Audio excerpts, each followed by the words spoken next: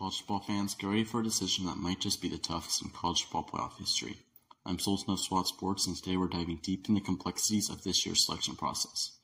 Let's start with a quick breakdown of each team. First up, we have the Michigan Wolverines, a powerhouse with a perfect 13-0 record, including a triumphant win over their arch-rivals, the 11-1 Ohio State Buckeyes. This victory is the cornerstone of their season.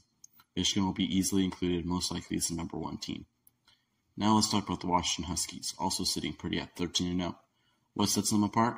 2 impressive wins over the 11-2 Oregon Ducks. Washington is yet another team that is a lock to be included.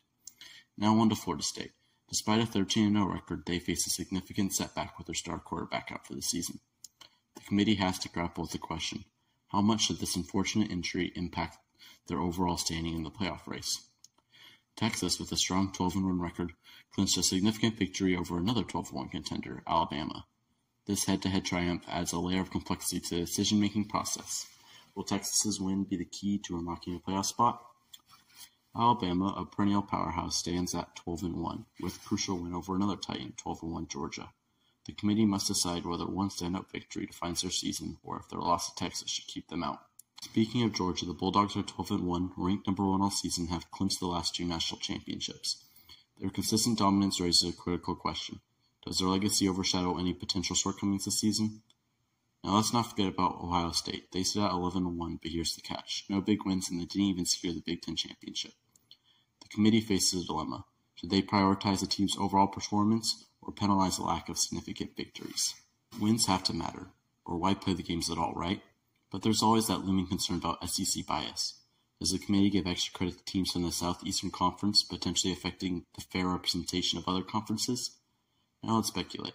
What will the committee do? Based on historical patterns, they may weigh strength of schedule, quality wins, and conference championships.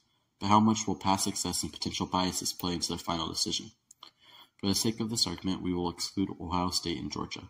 Late losses doomed what would have been a strong chance at winning national championships, and there are too many good teams to overcome. Let's move on to predictions. In my view, the committee is likely to heavily favor the SEC, but simultaneously penalize Georgia for their loss. This suggests that they might exclude Florida State because of their backup QB and instead slot in Texas and Alabama. Texas earned its spot by defeating Alabama. In the grand scheme, I foresee Michigan securing the top seed, followed by Washington at 2nd, Texas at 3rd, and Alabama sneaking in at the 4th spot. However, if I were the committee's shoes, I'd take a logical approach and grade strictly based on the results of games. Florida State was undefeated. They deserve to be in. Texas would also make it because they beat Alabama. It's about rewarding teams for stepping up when it matters most.